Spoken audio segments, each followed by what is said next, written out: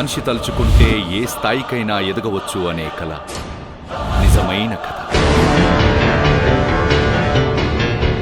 ఎవరూ ఊహించని పయనం, ఎవరూ నడవని మార్గం.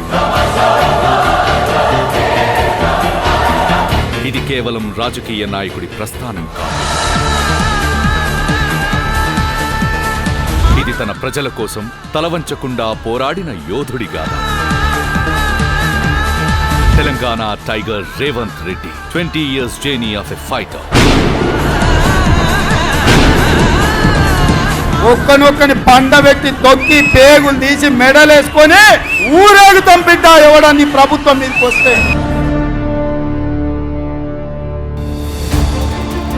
చాలా మంది ప్రారంభించే చోటే అతను తన రాజకీయ ప్రయాణాన్ని జెడ్పీటీసీ ఎన్నికలతో మొదలుపెట్టాడు. చాలా మంది పోటీ పడతారు, ఒక్కరే గెలుస్తారు. సాధారణంగా రూలింగ్ పార్టీ నిలబెట్టిన అభ్యర్థి కానీ, బలమైన అపోజిషన్ సపోర్ట్ చేసిన వారు కానీ గెలుస్తారు. కానీ ఇండిపెండెంట్ గా నామినేషన్ వేసి 2 బలమైన పార్టీలను ఎదుర్కొని గెలవడం చరిత్రలో దాదాపు జరగని విషయం. తొలి ప్రయత్నంలోనే రేవంత్ రెడ్డి అసాధ్యాన్ని సాధించాడు. ఆ మొదటి విజయంతో రాష్ట్రం మొత్తం ఆయన వైపు తిరిగి చూసింది.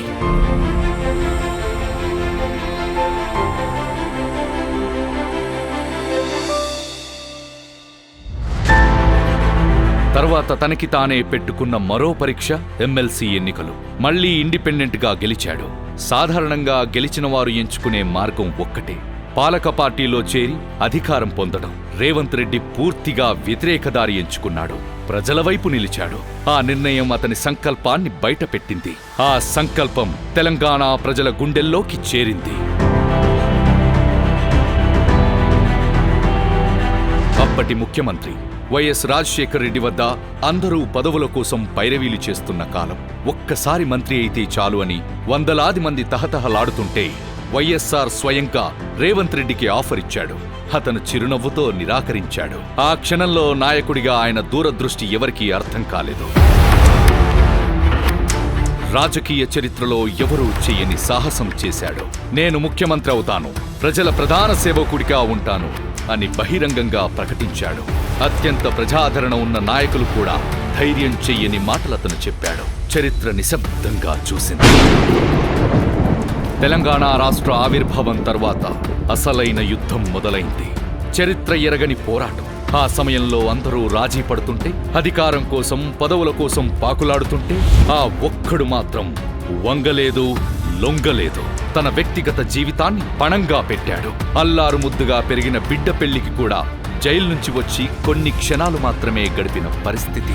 కుటుంబానికి నిద్రలేని రాత్రులు, పోలీసు నిఘా, ఫోన్ ట్యాపింగ్, మైండ్ గేమ్, వీటన్నింటినీ అన్నీ నవ్వుతూ ఎదుర్కొన్నాడు. ఆ చిరునవ్వు వెనుక మీ అందరికీ త్వరలోనే సైన్మా చూపిస్తా బిడ్డ అనే నమ్మకం, తనపై తనకే ఉన్న విశ్వాసం.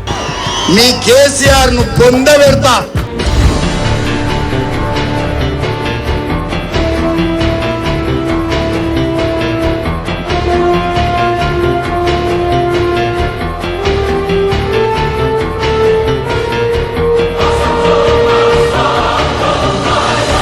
మల్లన్న సాగర్లో రైతుల, పేదల రక్తం కారుతుంటే నిర్వాసితుల పక్షాన నిలబడ్డాడు. కష్టాలలో ఉన్న రైతులను కలవండి, వాళ్ళకు భరోసా ఇవ్వండి. నీ కంటి రెప్పలంచున మనస్సు నిండి పొంగిన ఓ నీటి బిందువే కదా నువ్వు వెతుకుతున్న సంపద. ఒక్కొక్క జ్ఞాపకానికి 100 ఏళ్ల ఆయువుందిగా, ఇంకెన్ని ముందు వేచనో అవన్నీ వెతుకుతూ పదా. మనుష్యులందు నీ కథ మహర్షిలాగా సాగదా.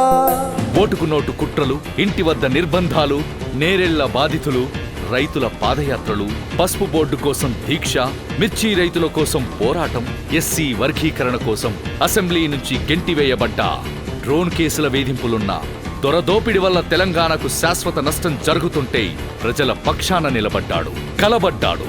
నిప్పు కణాల మీద నడుస్తూ, అగ్ని శిఖలు రగులుతూ, జ్వాలై వెలుగుతూ పోరాడాడు. 10 ఏళ్లు ఎవరి కోసం? తన తెలంగాణ ప్రజల కోసం.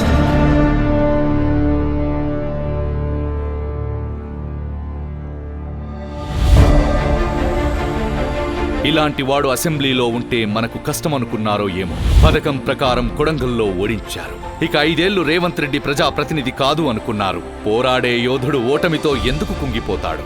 అసెంబ్లీ ఏంటి, పార్లమెంటుకే వెళ్తాను అని డిసైడ్ అయ్యాడు. ఈ దేశంలోనే అతిపెద్ద పార్లమెంటరీ కాన్స్టిట్యున్సీ మల్కాజ్గిరి బరిలో నిలబడి మరింత బలంగా పార్లమెంటుకు గెలిచి వచ్చాడు.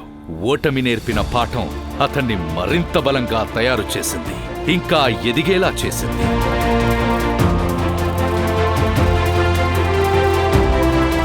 పిసిసి అధ్యక్షుడిగా దళిత గిరిజన ఆత్మ గౌరవ దండోరా, విద్యార్థి నిరుద్యోగ గర్జన ర్యాలీలు, కార్మిక కర్షక సోదరుల కోసం అక్కా చెల్లి ఆడబిడ్డల కష్ట సుఖాలలో భాగమై పాదయాత్ర చేశారు. నిస్వార్థమెంత గొప్పదో ఈ పదము రుజువు కట్టదా, సిరాలు లక్ష వంపదా, చిరాక్షరాలు రాయదా, నిసీధి ఎంత చిన్నదో నీ కంటి చూపు చెప్పదా, నీలోని వెలుగు పంచగా విశాల నింగి చాలదా,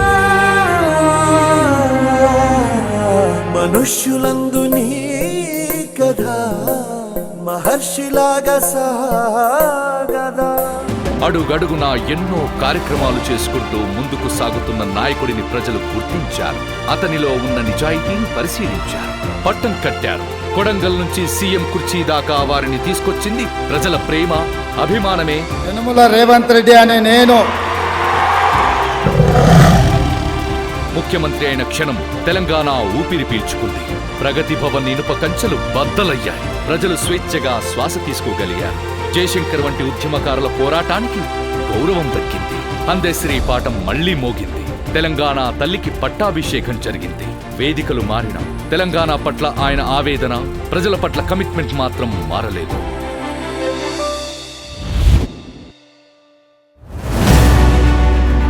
కేవలం 2.5 ఏళ్లలో అసాధ్యాన్ని సుసాధ్యం చేశారు. రైతుల రుణాలు మాఫీ చేశారు. యువతకు జాబ్ క్యాలెండర్ ప్రకటించి ఉద్యోగాలిచ్చారు. 60 నుండి 70 ఏళ్ల తెలంగాణ చరిత్రలో విద్యకు ఇంత ప్రాధాన్యత ఇచ్చిన మొదటి నాయకుడు.